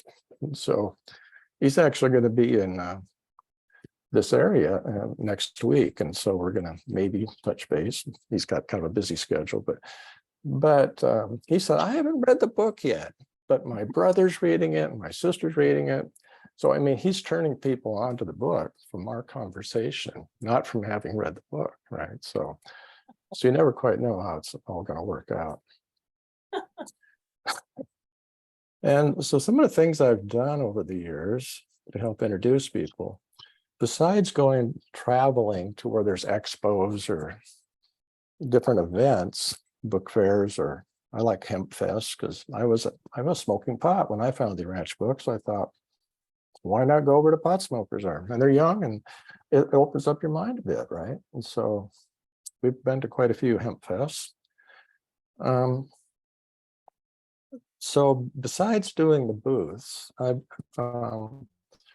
girlfriend and I, we got together about 18 years ago. We created partnerships in a higher purpose. We said, "If we're going to be together, let's do something." And so we'd meet every Sunday. And one thing we decided to come up with was something in our own community where we could share spiritual insights with and have conversations. And we decided to call it Cosmic Cafe. At first, we called it Cosmic Conversations. And the first gal that came was talking about her son's, hockey games or something with her kids. So we had to call it something a little different. And I think at first we called it a conversation group, but you know what I'm saying. So anyway, we did that for 5.5 years, every Monday. That's 250 Cosmic Cafes we had. And it spread to a few other communities too. People copied us and started them and had fun with them. And we'd have 20 people a lot of times. And we'd make a flyer and we'd have our topic, and like my karma ran over my dogma or something. And we just make up some fun title just we made it light and fun, right? And I got that was really a training for me. Talk about going to Urantia school, is because there'd be all this conversation going on. And I'd get to look for the spot where I could elevate that conversation or add something or say something about it. And I always wished a Christian would join. Wouldn't it be fun if a Christian came, right? Well, lo and behold, there was a Christian. I didn't know he was a Christian until one day, towards the time, one of the last few meetings he came to, but the last meeting, he said, "Well, I'm moving to Phoenix, and so this will be my last time. I'm really going to miss it." And I said, "Oh, what did you get most out of this?" And he said, "Oh, the concept of the thought adjuster." He said, "Christianity doesn't have that." And he was so thankful to learn that, right? So there's always, you never know what you're going to give people, right? What they're going to take away. And So that was kind of fun. And then I was telling Diane, I was at a meeting, a fellowship meeting, and I can't remember what it was, Florida, I think. And we're talking, and somebody says, "Oh, it's really hard to introduce people to the Urantia book." And I was like taken back because I'd already introduced thousands of people to the Urantia book. And I said, "No, it's not hard. I mean, I can introduce a person every day." And I said, "Oh, in fact, I'll do that, you know." And so I called it the 365 Club, and nobody's ever taken me up on doing it, but I did 365 introductions, one a day for a year. And I logged them, 25 pages if you want to read it. Good luck. And but it was just something I had to find out for myself. How hard is it to introduce the Urantia book? And sometimes it'd be 6 o'clock at night, and I think, "Oh man, I haven't introduced anybody today." And some phone solicitor would call, and I said, "This is it. This is it. You know, I got my one for the day." And sure enough, they'd say, "Well, could you spell that for me? That sounds really interesting." You know, I give me urantia.org or something, and so. And I always hear from people, readers, a lot of people, "Gee, it's just really hard to introduce this book." And I'm like, I think if you put yourself in situations where you get to practice, like go do a booth in your local holistic festival or whatever kind of, you know, or any place you can put up a booth. There's banners available, books, fellowship, or whoever will pay for books. Just do it and practice, you know. And in the process, you probably be able to start a bigger study group or whatever benefits you get from it. It's not so much what we get from it, but those people that are touched by it. It's really precious. Man. You know, one thing that really made me want to do outreach was years ago. I was still in my 20s.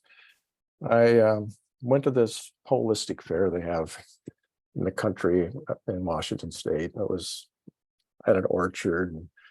And they had this little board, you can space 2 at 2 o'clock. I filled in your Urantia book introduction. I hadn't read but maybe a third of the book at that time, but I sat under the tree with 7 other people in there. And I thought, man, I did a lousy job, you know, and they all walked away. And I get to the first Snowmass conference. What was that, in the 70s or something? This guy walks up to me. He says, "You're the guy that introduced me to the Urantia book at Natchez." I was speechless. I was like, what?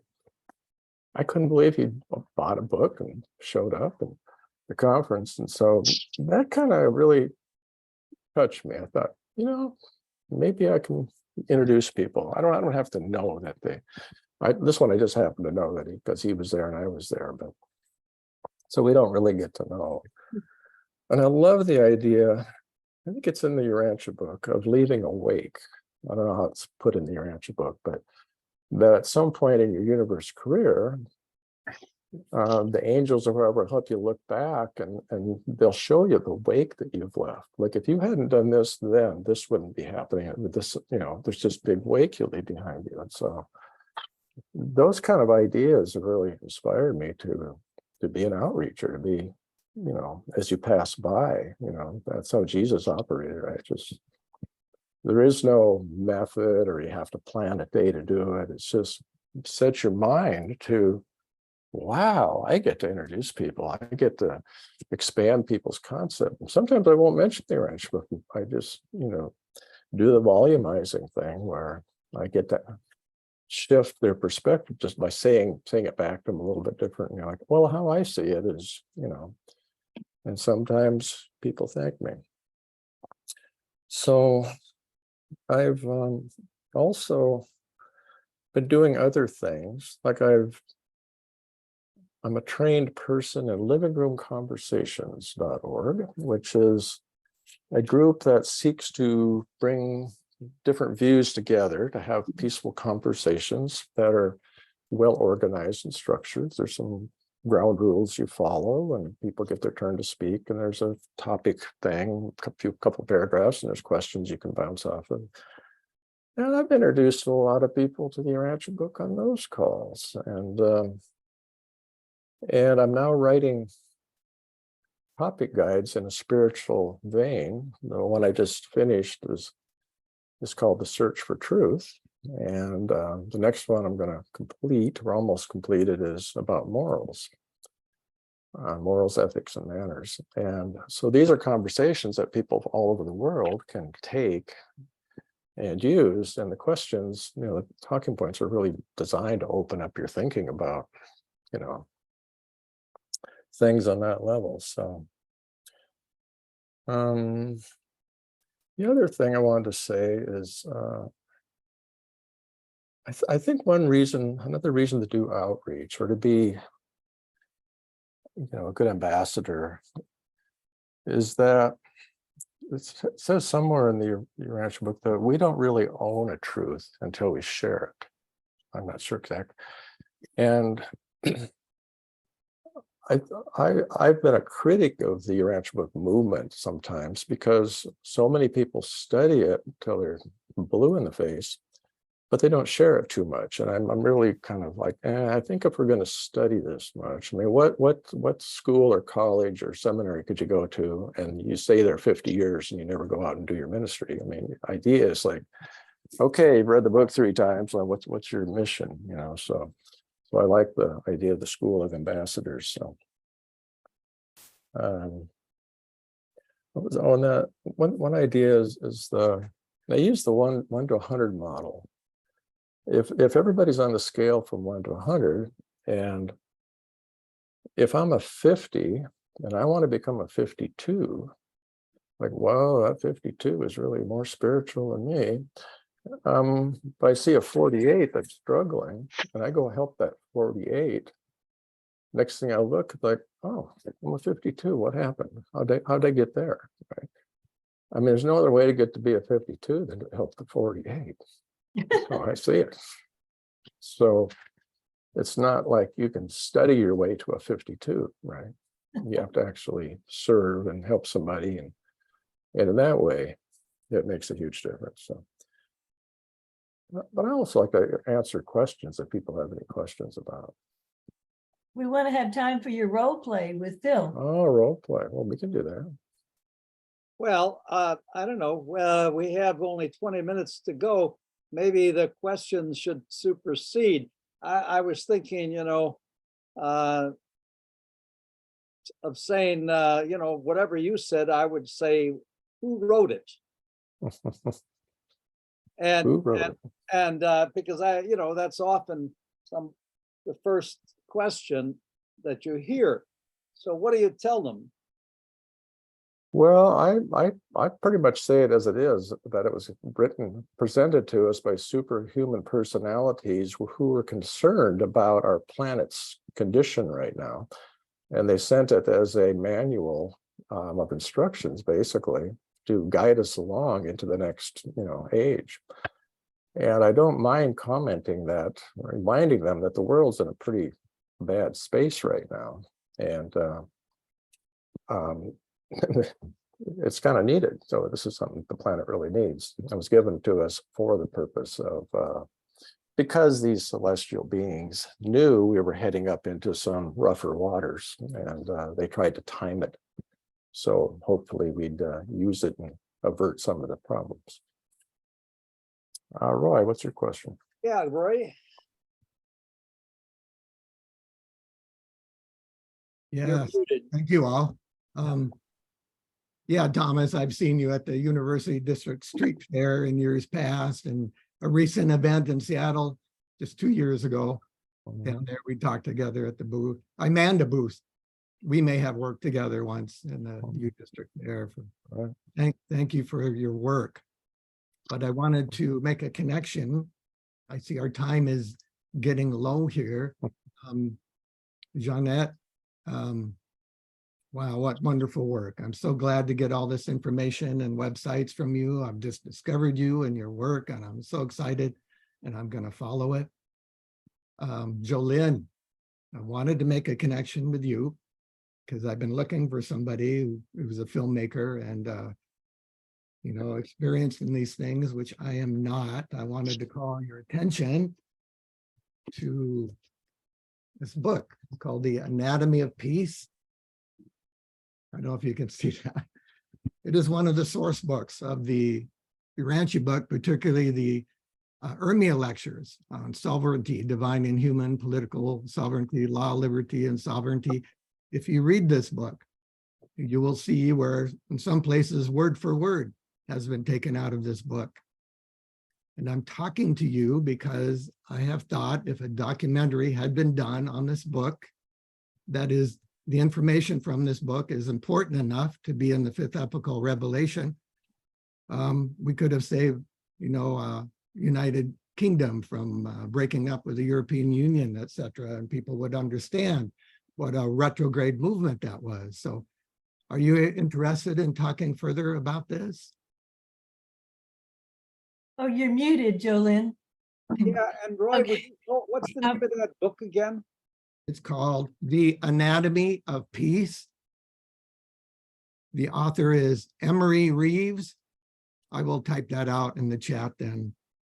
Only one E, R-E-V-E-S. Published in 1945, near the end of the war. He is a scholar. I don't know what European country. He is a confidant of Winston Churchill. In fact, he I have a question. Are you saying that the Urmia lectures that Jesus presented came from this book? No, I'm saying that the Urantia book draws upon concepts that have been presented by humans or human thought before. And so Jesus gave his Urmia lectures, 2000 years ago, right? So this book is published in 1945, but sometimes I have to ask, what came first, since the Urantia book wasn't published in, until 1955, anyway, I don't need to go on about that particular. It's just, if you haven't read this book, read it and you will understand. Urantia book uses words like the impending social reconstruction and economic reorganization. And Jolene, you spoke about getting not only the religious content of the Urantia book out, but also other contents involving science. And here we are about what it's going to take to truly bring world peace. And this anatomy of peace is aptly named because it is truly, if this information could get out, it would allow so many people to have a framework to build on. It talks about the failure of the League of Nations, as does the Urantia book, how many leagues of nations must fail before Urantia, and it goes on and on. Maybe that could be one of Jolynn's movies. Right, exactly. We need to get back to Thomas's presentation before our time is out. That's a great suggestion. I appreciate it. Right. I just want to let you know if anybody wants to get in touch with me, I have put my email in the chat. Okay, that's good. And we can talk further about this. And anybody else interested can email me. I put mine in there too. So Well, thanks, Roy. thank you, Jolene. I'm interested in talking with you about this. Thomas? Yes. Does anybody have any questions at this point? Well, what kind of a situation can you display for us? And you mentioned that you have a sense of when somebody is seeking, and we'd love to know what are the clues to look for when someone is in front of you. They open their mouth. That's the first clue. We'll say They that. say they say something. That's the first clue. So if they say, what's this Urantia book all about? Well, I think we That all know. doesn't give you much. I think we all know how to tell them, right? Does anybody not know how to describe that? I mean, Yes. I don't. I'm not joking. Okay. I would like to hear a quick role play. Okay. Very, very helpful. Why don't I role play with you then? I'm a rookie. Just, You're a Well, rookie. that may That's be true. better. That's even better. okay. So we just met, and what's your name? Jolene. Oh, hi, Joel. I'm Thomas. I live in, or it could be quiet for a second. I live in Idaho. So what brought you to this convention that we're at? I'm not sure. A friend of mine came. I'm not religious. I really don't believe in this stuff. Oh, so if you're not religious, what do you believe? Oh, my friend said there was free food here. Ah, you like free food, man. I'm going to make this really hard for you. Oh, So. I don't care. I like free food, you know.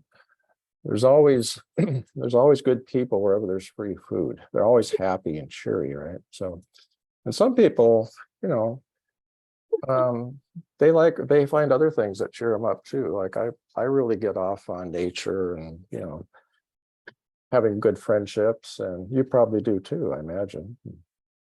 Being in love with your I'm really, husband. yeah, I really don't understand what is this big thing about this book. Oh, the book.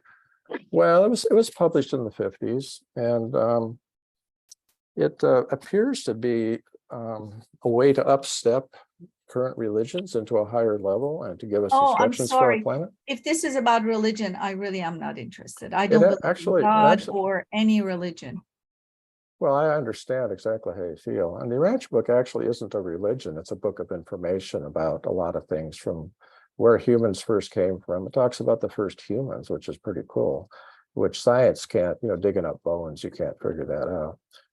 And if you want to know how many planets there are in the universe, and just a lot of information like that, like ancient civilizations, is fascinating. So that's Oh, I'm interested in that. Does it talk about all those things? yeah, I could show you some of the sections that talk about that, because a lot of the book people might not be interested in. There's all kinds of different things in it. So, Right.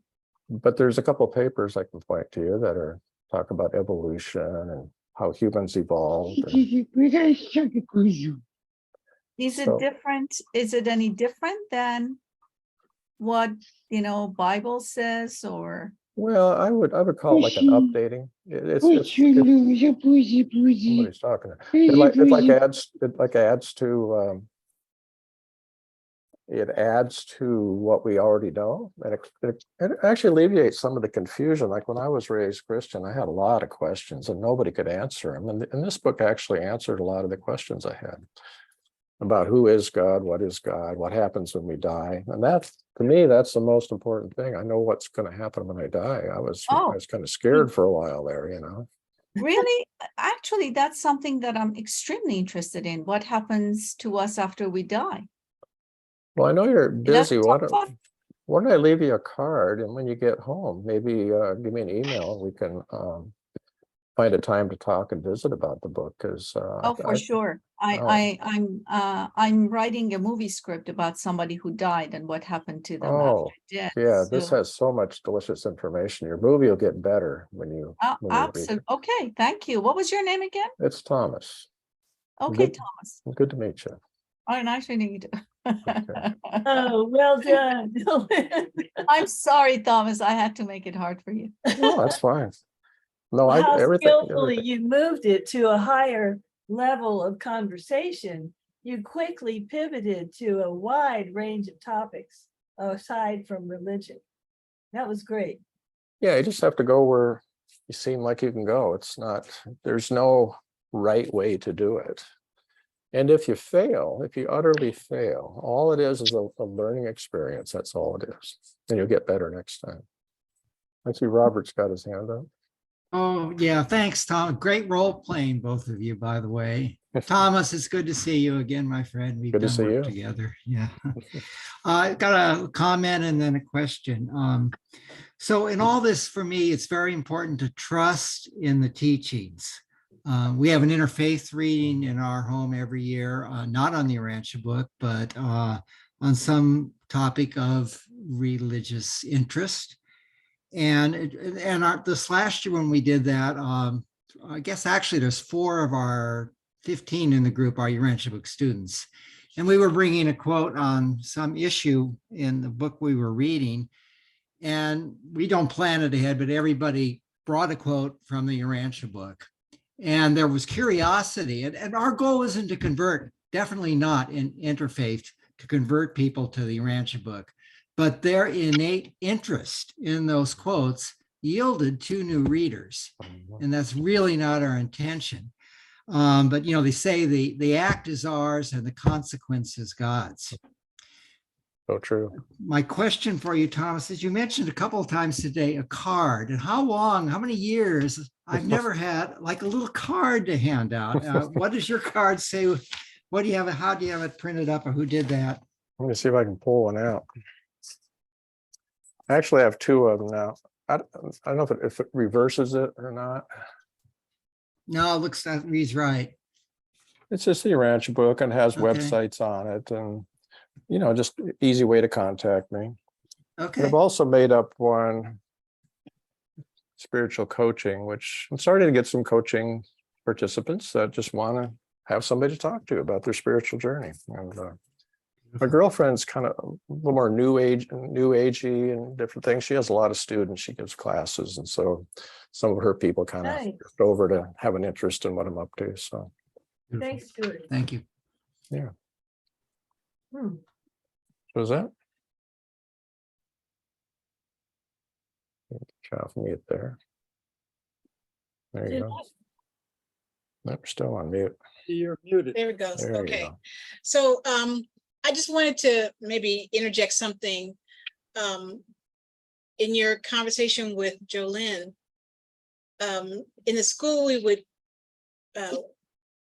teach Jesus technique, which is, they said that Jesus did more ministry by asking questions than by teaching. So if someone said to me, I'm not interested in religion, I would ask them why.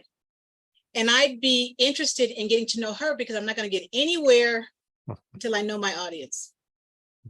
And sometimes in asking her questions about why she's not interested in religion, you might be able to break down that barrier. And if you can break down that barrier, what you have to offer from the Urantia book is going to stick. But even if you tell her great things from the Urantia book, if she has that barrier, you're not going to get through to her. So sometimes, your ministry is not about converting. It's about getting to know your brother, getting to know what they need. And if you've got what will help them, you give it to them. But the first thing is getting to know your audience. Now, maybe Jolene might not have, that's my business. You're invading my space. Well, then, okay, I just move on. Yeah, I'm not gonna talk to everybody. I'm not gonna be successful in every encounter. But my objective is to know my brother and to uplift my brother. Even if they never get the Urantia book, if I can make you better on one point, I can give you a new insight that you can use in your life, I've been successful. So I just thought that I was going to throw that in there. Yeah, I appreciate that. Is asking questions, and people will give you enough information where now you have something of value to offer. Yeah, I really appreciate that. And I had last fall, I call it a flood of Mormon youth showing up, and they'd tell it people, and more would show up, and I kept sending them home with Urantia books, which I think finally the top brass got wind of it, and they disappeared all of a sudden. But Jolene, you got a comment? Yeah, I just have a quick comment. Actually, Jeanette brought up something very important here.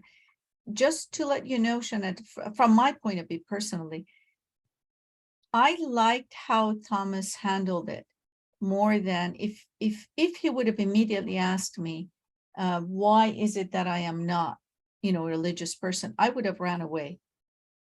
I wouldn't touch it with a 10. And I gave you my introduction. I've walked through all of these doors, and I still don't consider myself a religious person. And I'm not into religion. I'm into, the spiritual world and the bigger picture. But no pun intended. This is my point of view. But I thought he handled it very well, in the sense that he just completely, 180 degrees went away to the other side. And that's what engaged me. And I said, okay, all right, you're not here, to sort of make me a religious person, because that's what it would come across, in my opinion, personally. If you ask, why are you not religious, to people. Jolene, can I add one statement real quick? Sure. And the Urantia book says that all religions are of human origin. So I think that should pretty much answer your question. No, it's the word religion.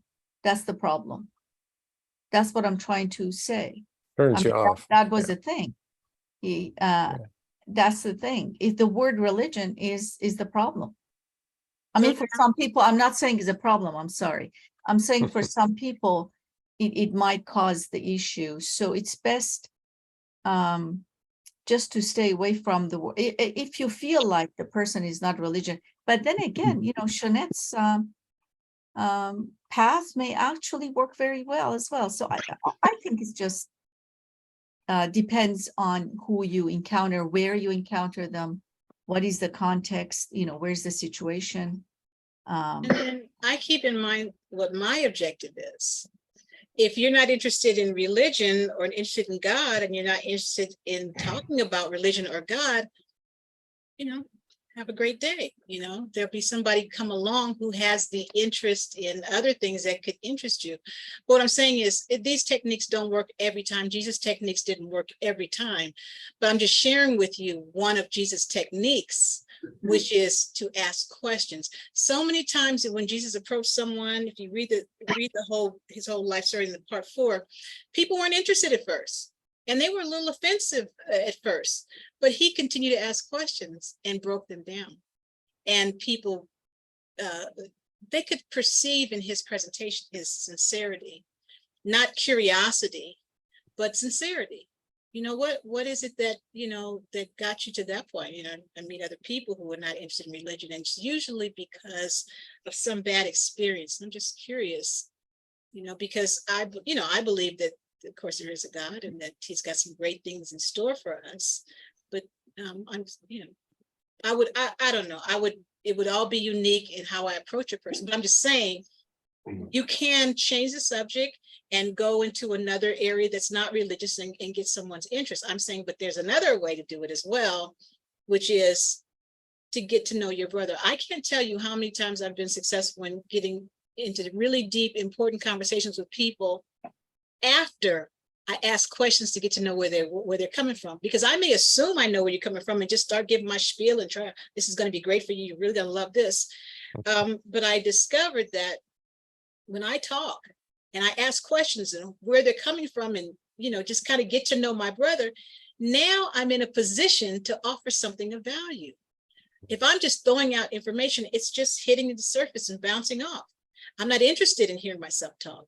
I'm interested in my brother, you know. So I'm not saying, Jolene, I'm not saying that my way's better, or, you know, or even the Thomas way is better. I'm just adding, I'm adding another concept to ministry, which is what Jesus did, which is ask more questions than give answers. It's another way of approaching people. Now, Thomas, when you're out there and you find somebody like Jolene, don't ask questions. You do what you do, right? But, you know, there may be, you may meet people who want to talk, because people in our society, people are so separate and segregated. We don't have the community that we used to have. And some people really do need to talk. Some people really do need to be heard. And that's part of the ministry, to just let a person talk. I meet people and I know that they're upset, and all they need to do is be heard. You know, And I'll be that sounding board to let them be heard. Yeah. I'm sorry. Elle? Diane, did you have something to say? I'd like to, before our time is out and it's right, I wanted to end this with a suggestion that perhaps we could, consider. Excuse me, could somebody meet this person, the El Farajan? I don't think this person is part of our group. Yeah, I have asked him to, no, I've muted him. Is this Ali Farajan? Apparently. He lost his dog, sounds like. Yeah. Yeah. Well, let me continue with this ending suggestion, that it has come to me to think that maybe we could start a website to which you could go to if you would like to learn a particular skill. And we've had a spread of wonderful skills from all of our marvelous speakers that I call it a boot camp. If you want to learn how to do script writing of a skit that kids might do, or even as my children experienced in the Unitarian Church, they were presented with ethical dilemmas to resolve, which would bring into their consciousness alternative decisions to make in a difficult situation. There is also a wonderful book that would be part of this curriculum called Motivational Interviewing. It's a technique for talking to people in a way that gets them to examine how they arrived at their own beliefs and maybe could reconsider that maybe they don't fit anymore. It's a marvelous technique. So if you can find motivational interviewing, there's a couple of books out about it. And there's also a book by Adam Grant called Think Again. Marvelous ways of interviewing people and have them self-examine by your questions what it is they believe and how they came to that. And they may question how they arrived at old conclusions that are not valid anymore. But I'm thinking of opening a boot camp with mentors like yourselves, that if someone emailed in, they'd love to learn how to do a film on something, they could then perhaps call on Jolynn, who might have something she could send out to them, or even hold periodic classes on the thing. But a spread of skills. If we're going to go forward, we need to do like Jeanette has done and organize some techniques that we could learn. You know, I've gone through 50 years of reading the book and I have only one convert that I know of, and that's not a very good record. So there's got to be some ways that I could have learned some techniques along the way that might have made a better success record. I don't know what my weight looks like, but you know, I would love to know some techniques and get some better skills. So your ideas that you might email to us would be very helpful on what would be a way that you would like to learn new techniques. And we can create a program around that. Our society, the Urantia Book Society of Los Angeles, has many different programs we're contemplating starting, and this would be one of them, a boot camp of techniques that you could call in and ask for some help on how to do it. And we could direct people to those who know what to do. And Jeanette's school, of course, would be one of the first things on the list. So does this have any resonance with anyone on the call to have a place to go to, a central place to tap resources on how to spread teachings? Well, that's a good idea, I think, but I'd like to hear, before we move on, Bob and Betsy have had their hands up for a long time, and we're already 5 minutes after 5. I think it's obvious that it would be a great thing to have. I feel the need to, I mean, I think I've been sensitized to how better to introduce things and not be, you know, let me show you this and let me show you that kind of thing. So Bob and Betsy, what question have you got or comment? Well, just a comment, kind of along with what everybody else has said about it. And I'm going to speak for Bob because he's having a little trouble speaking lately. But I've been, you know, he's been the main evangelist, I guess, if you would, for the Urantia book. And we bring a lot of Urantia books with us in the car and also whenever we go on trips, because there are usually opportunities, you know, you run into people. And I think a couple of people said, as you pass by, I would say that's kind of our mantra on that. But Bob's first question to people, and this could be people who are the cashiers at a checkout, or people working in maintenance or places in hotels, everywhere that you run into people. And he always asks, do you like to read? And it's a little bit of a disarming question because it's usually, you know, seems a little out of context for the situation. And it kind of, I've seen people on their face kind of go, did he just ask me if I like to read? And usually it either comes up with, yeah, I like to read, you know, and well, what do you like to read? And it's the same thing that Jeanette was talking about, starting a conversation with people.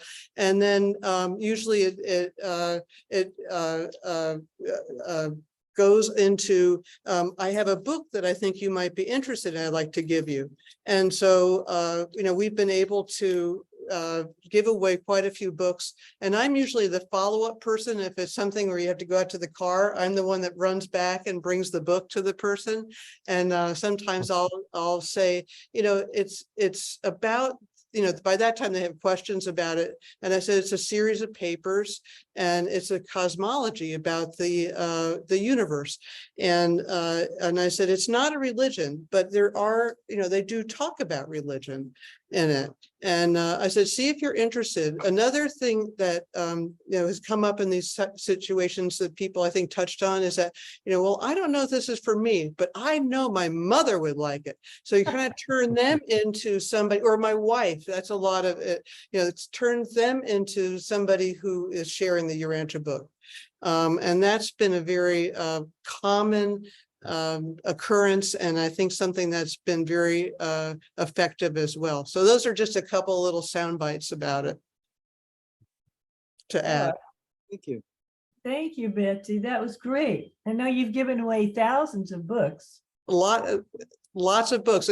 We've tried to be keeping the Urantia book on the Amazon bestseller list by ordering Mossy Moss books. By the way, I don't know if any people are bilingual. Bob is bilingual in Spanish, and so he has done a lot of outreach to Spanish-speaking people. And that's also been a very receptive community. By the way, Here in Southern California, yeah. if you want to pay the shipping, I have a box full of El Libros that I have no use for in Idaho. There's very few Spanish speaking people here, but I'd send them to you. Okay. Okay. All Can right. we My email's in the chat. and then tell us how much? I think I have your Thomas Torhala at gmail.com. I wrote it down. It's a long time ago. It's a Torgula at Gmail. Yeah, right. Okay. Yeah, just send me an email. We'll figure it out. Okay. Okay, thanks, sir. I just had a couple little things I wanted to say just to kind of wrap up my thoughts. You know, the Urantia book says if you're not an evangel of your religion, you're self-deceived. That sticks with me. One of the motives is action achieves strength. It doesn't say planning achieves strength. It doesn't say knowing how to do something achieves strength. It says action achieves strength. And you know, Bob and Betsy do is they take actions, right? They go out and they're ready. They've got books in their car. And I keep books in my car because I put them in little free libraries. You know, I put Michelle Clemish's book in or whatever I have, or a Janner book or something. And they disappear. People pick them up, right? So I think if you set yourself up for action, it doesn't matter if you screw up what you do or person throws it in the trash. A lot of books wind up on eBay. And they're brand new. Somebody got the book somewhere. They never read it and they sold it on eBay. They gave it to good. Sometimes it's got a Goodwill slip in it, right? If you buy one, because somehow they got a book and they weren't interested, but it just gets recycled, right? And so anyway. I know. Can I just add to that just a sec? Is that by putting them out there, it gives the angels, then they can do work with it too. It's out there circulating. Absolutely. They don't do any good in warehouses. And I've become a big fan of giving books away. And for years, I had to fight to get the cost of the book down to $10 at booths because we used to sell for $20. So it was hard to sell $20 thick books. And then for $10, we sold a lot more. And then at one event, we sold about 25 and I gave away about 25. And I got into some pretty big trouble. We can't afford to give away books. And I said, but if you divide 50 into all our expenses, about $1,500 to fly down and pay for this big booth. I said, 50 brings the cost per book down much more than dividing by 25, you know, because the books don't cost very much. And people said, no, that doesn't make sense. It's like, check it out, do the math. So giving books away is actually a much less expensive way for organizations to distribute book than going to fairs and stuff. If all of us gave away 50 books a year, you know, and we didn't have to pay for a single dime for a booth, why spend $1,000 to have a booth at a big event? Turn that $1,000 into books and stick them in your trunk and in the back seat, and anytime you can find a place to leave one or give one out. Much more efficient. So anyway, well, thank you. I enjoyed sharing my ideas with you all. Well, thank you all for really edifying experience here. I'm sure I'm going to be able to carry something of what I learned here. And I don't know, there's some people who I've already driven off by telling them Jesus didn't die for our sins and stuff like that. And I now realize that that wasn't the best approach, to say the least. So thank you very much, Thomas and Jeanette and Joe Lynn, for your efforts here today, and everybody. Are there any other comments that somebody else to make before we close this out? Well, I'd like to say, it sounds to me like we've created a little community here. Those of us who've heard these wonderful suggestions, now we are all, as Thomas says, we're all evangelists, whether we like it or not. We may as well take on that identity of ourselves and identify with each other. And I'd love to hear from any of you of the experiences you've had from trying out these things. So please put down my email at dbishop310@gmail.com. And please stay in touch with your experiences. I'd love to hear what results from this, and give us more ideas from what you've experienced so we get into action. So yeah, Mark had a question. He put his hand down. Maybe you want to ask that, Mark Alou? Yeah, you're muted now. No, sorry, I hit the wrong button. I didn't have any questions Okay, or any comments. Sorry. All right, I guess Roy has his hands up, or hand up. Yes, thank you, Phil. Just shortly, I tell my son, who talks about spreading the Urantia book. He does a lot of public service, people and others. I tell them that a book these days is a hard sell. Everyone's got a book they want others to read that's going to change their life. But love is an easy sell, much easier. Well, that's a good note to end on, I think, because everybody wants more love. So I want to thank Jesus for being with us. I want to raise a glass to him and to all of us. When we, Jolyn, you may not be religious, but I think you said you're interested in what happens to us after we depart this world. I think we'll be asked a lot. It'll be much more interesting to be from this world than now to be at it, I think. So yeah. Thank you all. Thank you. Thank you. I'm going to stop the recording.